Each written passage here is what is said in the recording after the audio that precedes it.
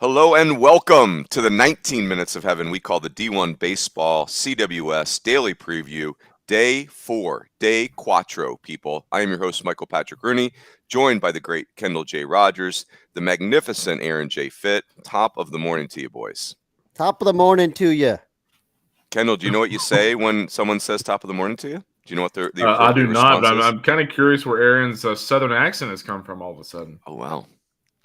He is a Southerner. He's from Durham, North Kakalaki. Rose, what is the proper response at the top of the morning? And the rest of the day to you. Thank There you. you go. That's not That's well played. what you'll do. I'll have to remember that for my Next time future you guys are in travels. Ireland, let's do that.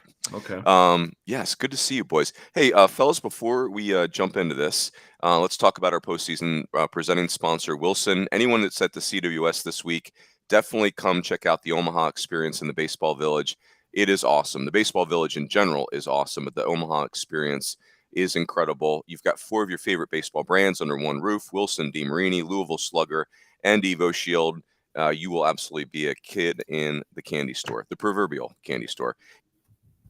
If you're not in Omaha, just make sure you're following along with weekend and this week, and we'll be in the store checking out some of their new releases. So again, thank you very much to our friends at Wilson. And Hey, also Fitzy, tell them about the smashing of the subscribe button. Runes, you and I are on the same page. I was Yes, just gonna go there, interrupt you. syncage. Please, friends, if you're watching on YouTube, we would love it if you mashed the heck out of that like button. If you hit the little is it a plus button to subscribe? I think it's a little plus. You see It's there. like a red button to subscribe. Yeah. It just says subscribe. You can't That's- miss it. Can't be any easier. Please subscribe. Our channel is Yeah. growing. We're doing a lot more of these videos, and we'll keep them coming. If you There you just go. hit that button for us. Yes, well done, gentlemen. Let's recap day 3, and then we will preview day 4. Day 3, we had A&M Texas. Kendall, you are the governor of the great Republic of Eastern Texas. Why don't you talk us through this? Yeah, I we talked about it yesterday, but I thought Texas looked off in the first game, and frankly, I thought Texas looked off in the game yesterday. It didn't look like a team kind of fighting for its life, and I thought early on, you look at the first inning, and Texas was able to get a 2-0 lead in the after an inning and a half.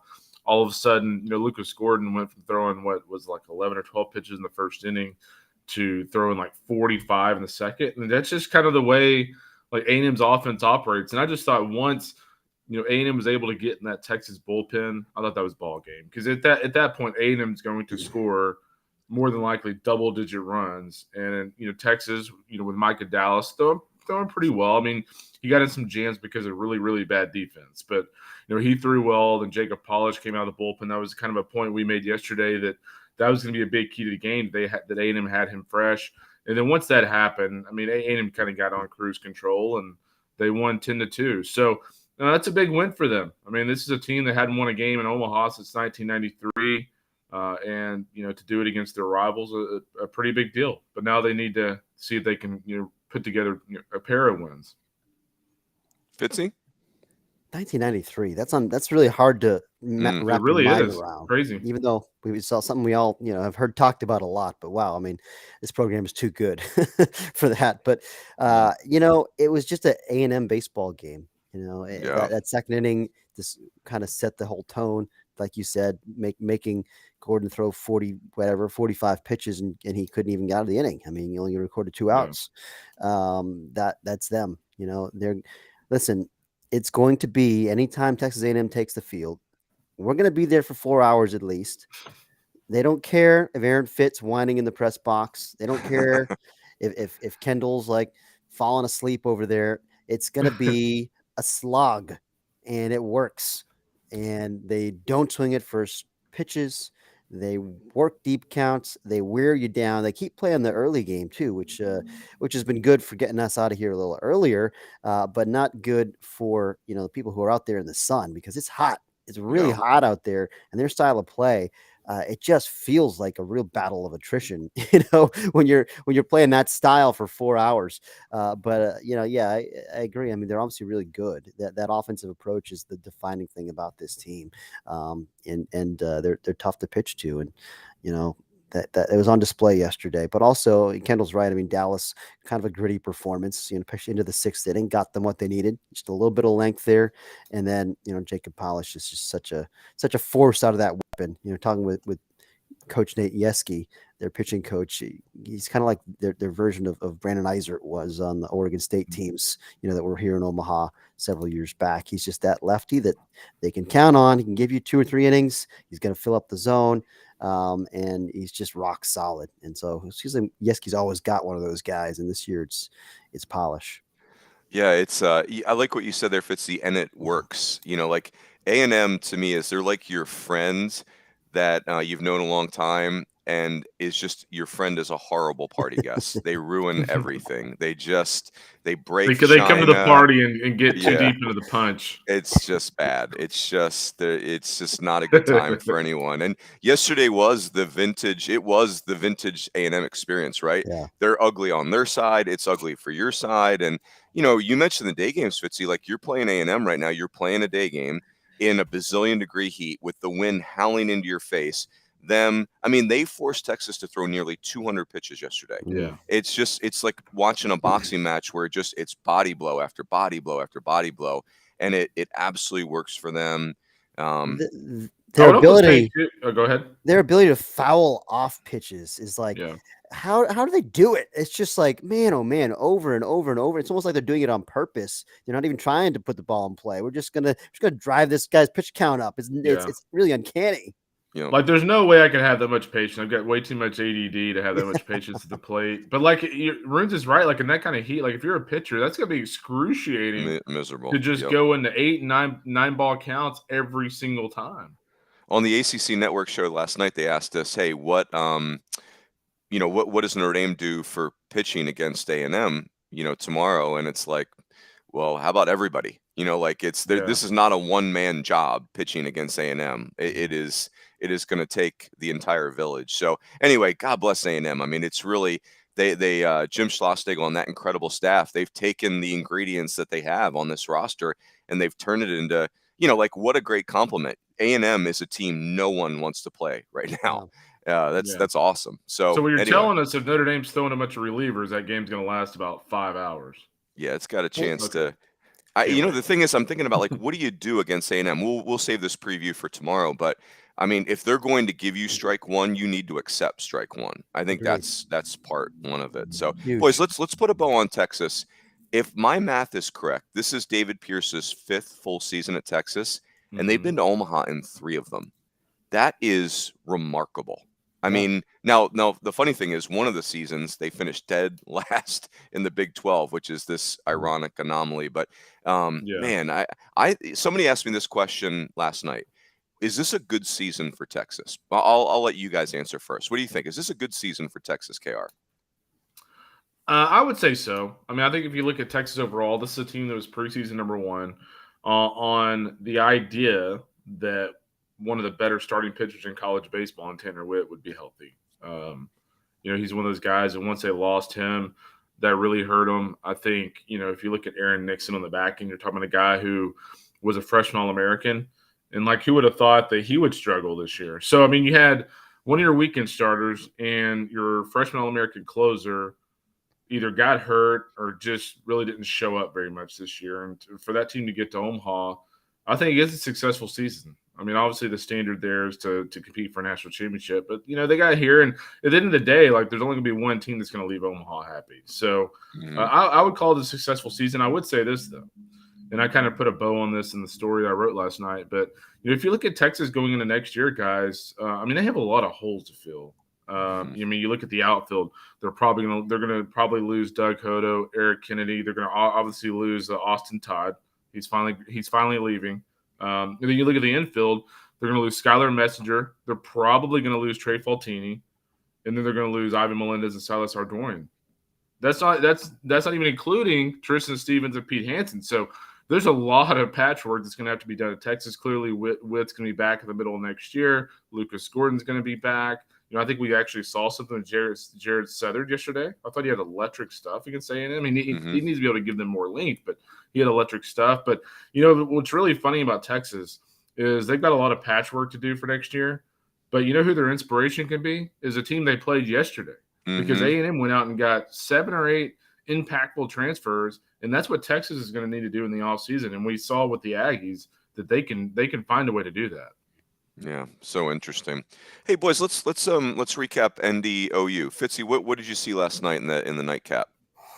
Oklahoma just looks so good right now. They just look so good right now, and in a series that has been devoid of any late innings drama. Have we even had a game decided by fewer than 4 runs yet? I don't think we have. I don't either. But given that, Oklahoma's given us some excitement because of the way they play the game. I mean, it's almost like the opposite of. They're similar to A&M in that, you know, they have a lot of discipline and they can grind you down as they did against A&M, but they're the opposite in that, boy, they're really fun to watch. They're really exciting. I mean, their style of play is awesome. I've fallen in love with this team in 2 games out here just because there's so much action. Chaos is the word that they use, and that is, I think, a perfect word to describe it. I mean, you know, their speed game forces you into mistakes. We saw Notre Dame make an uncharacteristic mistake on that bunt, you know, that opened up the big, was a 3rd inning the other day, and they pounced, you know, and you had a safety squeeze, a perfect 1st and 3rd safety squeeze, like Chris Burke's always screaming for everybody to do. They executed that. You had a perfect slash. How often do you see the slash? Not very often nowadays. Love that play. You know, you had 2 guys getting thrown out at 3rd base in the same inning. You Incredible. make the first out and the 3rd out. You violate both of the axioms in the same inning. But you know what? It's all right. It's fun. Like, let's push the action. We're going to be aggressive. Sometimes it backfires. When you got Cade Horton on the mound, you know, he can make sure that the momentum doesn't shift the other way when you make those mistakes. That was an important point that Skip Johnson made. Was, you know, we thought we gave them the momentum when we did that in the 4th inning, those 2 outs at 3rd base, and then Cade Horton just came out and took that momentum right back. He was awesome. I mean, just a special talent. The best stuff we've seen out here. I mean, it was, to me, I walked away saying this is a 1st rounder. And I know that, you know, because of the Tommy John surgery and his track record is short, the ERA is higher because he was working his way into form. But I mean, the fact that this guy picked up a slider like 3 weeks ago, you know, right before the Big 12 tournament, that's a legit plus pitch that I thought like flashed to 7, you know, like flash 70 on the 2080 scale. It was so good yesterday. 85, 88 with like tight spin, 2,800 RPM range. And it was devastating to come off a fastball that sat in the mid 90s all the way through, bump 97, 98. I mean, that's an absurd talent. And he's pitching with extreme confidence. And I just think having that second guy behind Jake Bennett makes them just a little bit of a different team. KR, do you think Cade Horton is in college baseball next year? Because it's fascinating, right? Like everything Fitzy just said, he threw like a 1st-round pick. I mean, think about this. Notre Dame is basically a minor league team. I mean, these are all 4th and 5th year college players. And he punches out 11, and they I mean, I didn't count the swing and miss, but it was like a billion. And you know, but Cade Horton also, he was high school famous. He also has 46 college innings now. 46. Yeah. That's not a lot of track record for a 1st-round pick. So you could go anywhere you want, KR, but I'm curious whether he's going to be back. Birdie tells me that his number is going to be really, really high. So I'm going to say he's back for one more season. It's kind of interesting. Somebody kind of tweeted this at me last night, but they said it's kind of reminding them of like Kevin Abel's run with Oregon State here a few years ago, to where like every one of his starts was just electric. It's kind of interesting little side note. I think somebody opens a Brinks truck for him because there's just so little pitching in this draft. I mean, like if you're talking about Connor Prelip as being a 1st-round pick and he hadn't thrown, you know, in 2 years, he's got what 20-something innings in his whole career. I mean, like give me the guy who's healthy now and doing it and looks incredible. And, you know, just doing it on the big stage too. I bet you somebody who's forward thinking one club is going to make the move here. We'll see. And this can I say that I agree with Aaron that someone should open the Brinks truck for this dude? Yeah, for sure. I mean, I think he's electric. Yeah. He's got a great frame, and as Jake Mintz pointed out, he smells really well. Yeah, thank you. Hey, I think him and Connor Prelip had their surgery almost at identical times, and Prelip. I mean, how could he be doing anything but slipping in the draft right now?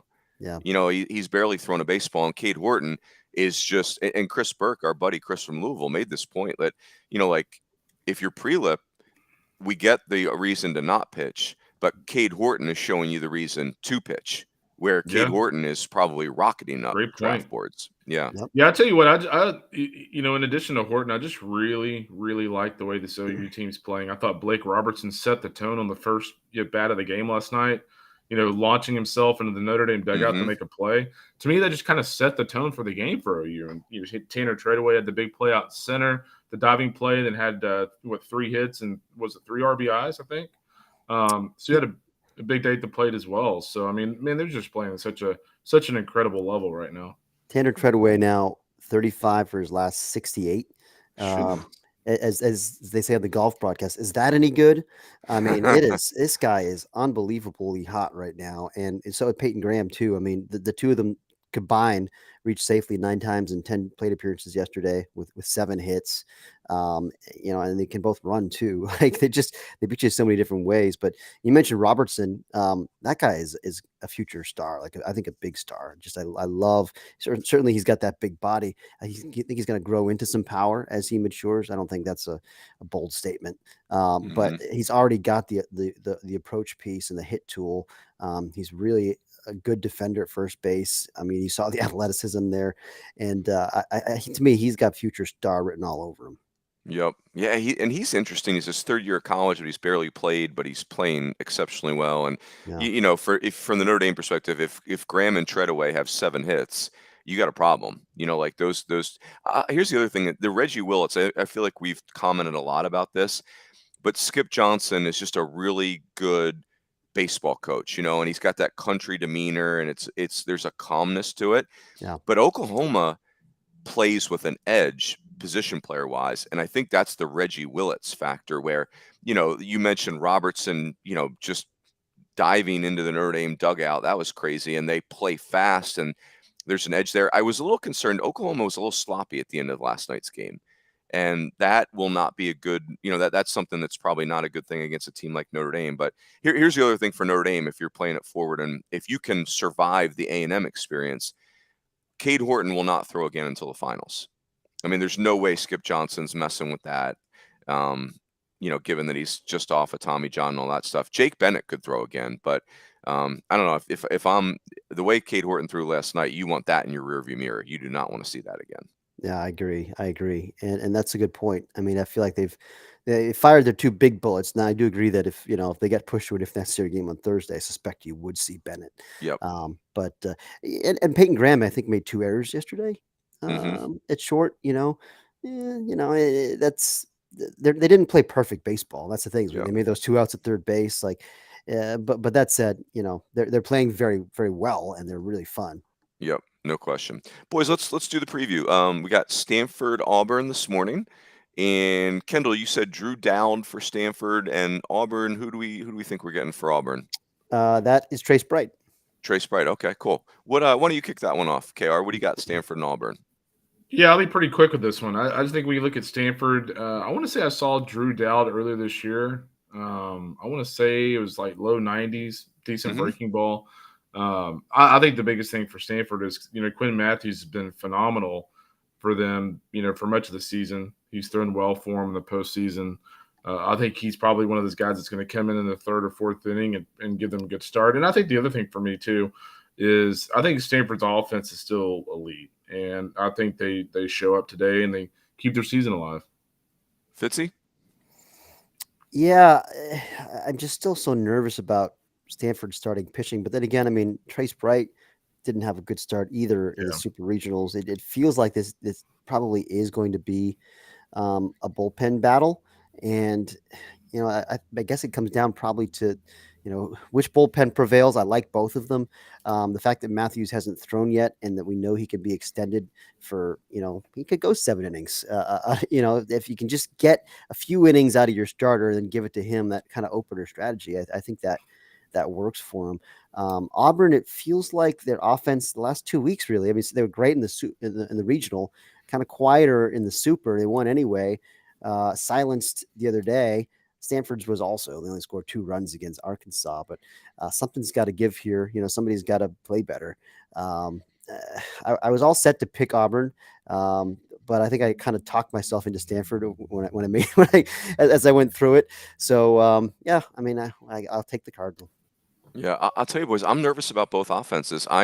Stanford has kind of become so home run dependent, and maybe home run dependent's the wrong phrase, but they've just hit a lot of home runs, and that ain't happening in this park right now. Not the way it's gotten progressively worse for hitters as we've been here. Now maybe we'll have a different weather pattern today, but I'm going to assume that we have the same deal where you almost have to hook one down either line to get it out of here. And Auburn, I'm concerned about that offense too, especially with Blake Rambush struggling. But I think the difference for Auburn is Gabe Gross can push more buttons. It's an athletic group that maybe they can bunt a little bit, they can hit and run a little bit. So anyway, I'm going to pick Auburn. But I think this is two teams that are both trying to get on solid footing here. I don't think either team feels great about how they've played so far here. So right. The nightcap will be fun. This feels like it could be the most exciting game of the tournament so far. Ole Miss and Arkansas. Fitzy, what say you on this one? Love this matchup. Two less proven starting pitchers here. Hunter Elliott, though, it feels like has really become a star down the stretch, and that's been such a huge reason Ole Miss is in the position that they're in, is because they figured out the right roles on the mound. And with DeLucia settling in again, these are two guys that are new to Division I this year. I mean, DeLucia as a junior college transfer, and then Elliott as a true freshman who's just gotten better and better. And I mean, I think he's a real guy. I really do like the bullpen behind him.